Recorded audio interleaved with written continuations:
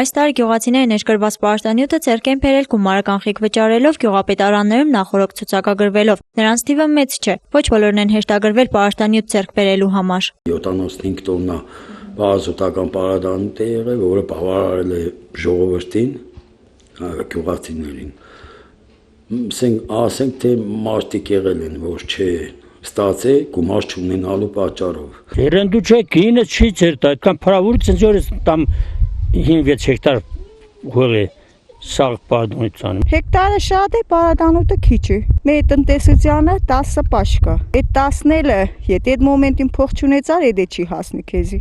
Այն համայնքները, որոնք իրեն հասանելի քանակության մուծումները կատարվել են, ուրեմն ստացել են քանակությունը լրիվությամբ, տեղափոխումը մինչև համայնք հասցնելը ծրագրի շրջանակներում է եղել, այսինքն շահառուն հենց համայնքում ստացել է 1 պարկը 6000 դրամի սահմաններում։ Գյուղացիներից շատերը հրաժարվում են պաշտանյութ ձեռք բերել, քանի որ առհասարակ գյուղատնտեսությամբ զբաղվելն անհեռանկարային է համարվում։ Նրանց խոսքերով պաշտանյութ տալ դեռ չի նշանակում ապահովագրել բերքը։ Վարում ենք, ցանում ենք, պաշտանյութն էլ թանկ ու կրակ տալիս առնում ենք, արդյունքը չենք ստանում, ասում են նրանք։ Շատ հողեր էլ մնում են անմշակ համապատասխան գումարի բացակայության պատճառով։ Միշտ ազատանը քիչ է։ Ուրիշ քիչ գեղերը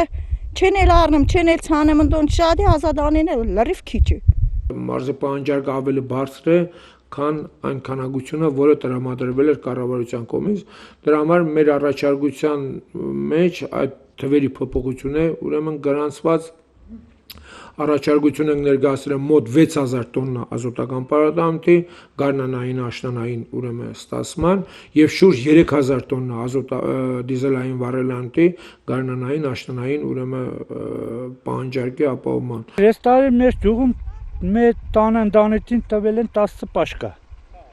Եդիկ մի հեկտարին չի բավարարցնի։ 5 հեկտար հող ունեմ 10 պաշտենին չէ։ 2 հեկտար կարտոշկա ունեմ, այդ մենակ 40 պաշկա, 35 պաշկա է դուր երտամ։ Շիրակի մարզին ազոտական պաշտանյութ հատկացվել է 3500 տոննա, 1 տոննան 122.000 դրամով։ Այս քանակությունը նախատեսված է ապահովելու մեր մարզի թվով 101 համայնքի գյուղատնտեսական վարուցանքը։ Գյուղացիները կասկածներ ունեն նաև ներկրվող պաշտանյութի որակի հարցում։ Նրանց խոսքերով մեկ անգամ արդեն օգտվել են կառավարության ներկրած պաշտանյութից եւ զղջացել են։ Ցաներին կլը ուր անձրև չի կա, հardեր ունենք ցանի։ Ոստերներուն էլ չենք տեղի։ Մինչև հիմա որ պարադարձրել է, դե աշնանացանցորին ես ինքս եմ պարադարձրել, փոփոխությունը երկրորդ, երրորդ օրը միանգամից զգացվում է։ 10 տարի առաջ ենք նման պարադանյութ